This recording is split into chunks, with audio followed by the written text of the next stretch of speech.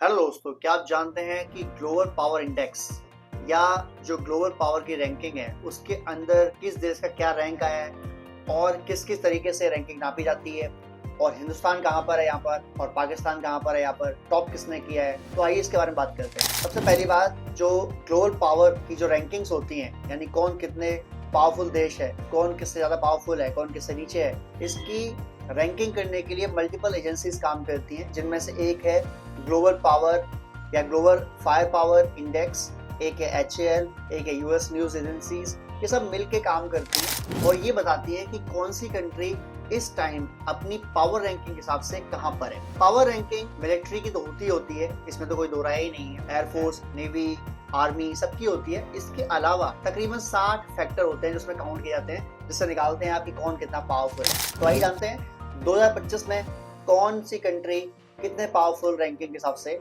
सबसे नंबर 1 है, जो पहले भी नंबर 1 थी। जब से ये पावर रैंकिंग शुरू हुई है 2005 से आज तक जो नंबर 1 पर है वो भी नंबर 1 पर है और उसका नाम है United states of America, US. उसकी पावर रैंकिंग सबसे ऊपर है। सेकेंड नंबर पे आता है चाइना, उसकी पावर रैंकिंग उसके बाद है। उसके बाद आता है रशिया। रशिया की पावर इंडेक्स जो है वो पिछली 12वीं थर्ड पे था, हालांकि वो अब भी थर्ड पर ही है, पर जो पावर रैंकिंग है उसके कुछ पॉइंट रिड्यूस हुए। रिड्यूस क्यों है? उसके पीछे कुछ जेन्युइन कारण है। पहला कारण जो है कि हर बंदा ये मानता था जब उन्होंने अटैक नहीं किया था यूक्रेन के ऊपर कि Russia Ukraine military super power है, यूक्रेन हमला करेगी और कुछ दिनों के अंदर ही यूक्रेन को कब्जा कर लेगी। लेकिन ऐसा नहीं हुआ दोस्तों। तकरीबन 3 साल से लड़ाई चल रही है और लगातार चल रही है। हालांकि रशिया ने यूक्रेन का तकरीबन 20-22% हिस्सा कब्जा कर रखा है आज की डेट में। जो हर बंदा ये कह रहा है कि उनके पास ही रहेगा। जो आने वाले प्रेसिडेंट हैं डोनाल्ड ट्रंप, उन्होंने बोला है कि उनके पास रहने के लिए ही वो होगा, उनसे वापस कोई ले नहीं सकता।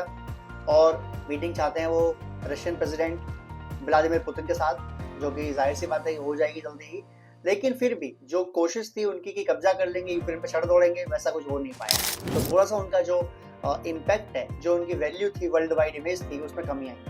नंबर 4 पर है हमारा अपना भारत, हमारी अपनी इंडिया, और इनकी यानी हमारी जो ग्लोबल रैंकिंग पावर है उसमें उछाल आया है। हालांकि नंबर 4 अब लास्ट टाइम भी थे, नंबर 4 आज भी है, पर पावर रैंकिंग में तकरीबन 6 पॉइंट का इजाफा हुआ है और 4 से 5 पॉइंट हमें बड़े मिले हैं हमारे जो मिलिट्री परचेज हो रहे हैं उसके लिए, और 1 से 2% हमें मिले हैं हमारी सॉफ्ट पावर के लिए। नंबर 5 पर आता है आपका साउथ कोरिया। साउथ कोरिया जो पेनिनसुला स्टेट में है, जो नॉर्थ कोरिया के बिल्कुल पास है, उनको इमीडिएट डर है, इमीडिएट प्रॉब्लम है, खतरा है एग्जिस्टेंस के लिए, क्योंकि जो किम जोंग उन है नॉर्थ कोरिया का शासक, वो हमेशा उन पर बोलता है हमला कर देंगे, हम कब्जा कर लेंगे और हमारी ही एक देश है, ये अलग देश, हम मानते नहीं है इसको, और इस तरीके से वो लेते। नंबर 6 पर आया है यूनाइटेड किंगडम, यूके। नंबर 7 पर आया है फ्रांस। नंबर 8 पर है जापान। नंबर 9 पर है तुर्की या तुर्की। नंबर 10 पर है इटली।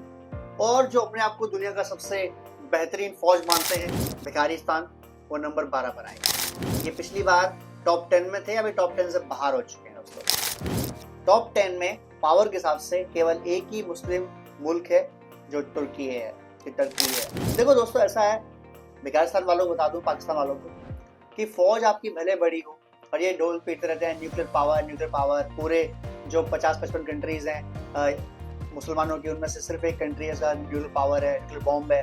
रखो बम, लंच में उसे खाओ, डिनर में भी उसे खाओ और ब्रेकफास्ट में उसे सूंघो। तुम इसी लायक हो, यही करो और तुमसे कुछ नहीं हो पाएगा। तुम लोग टॉप 10 से बाहर चले गए बिकॉज फौज को लड़ने के लिए, फौज को चलाने के लिए आपको पैसा चाहिए होता है, जो आपके पास है ही नहीं।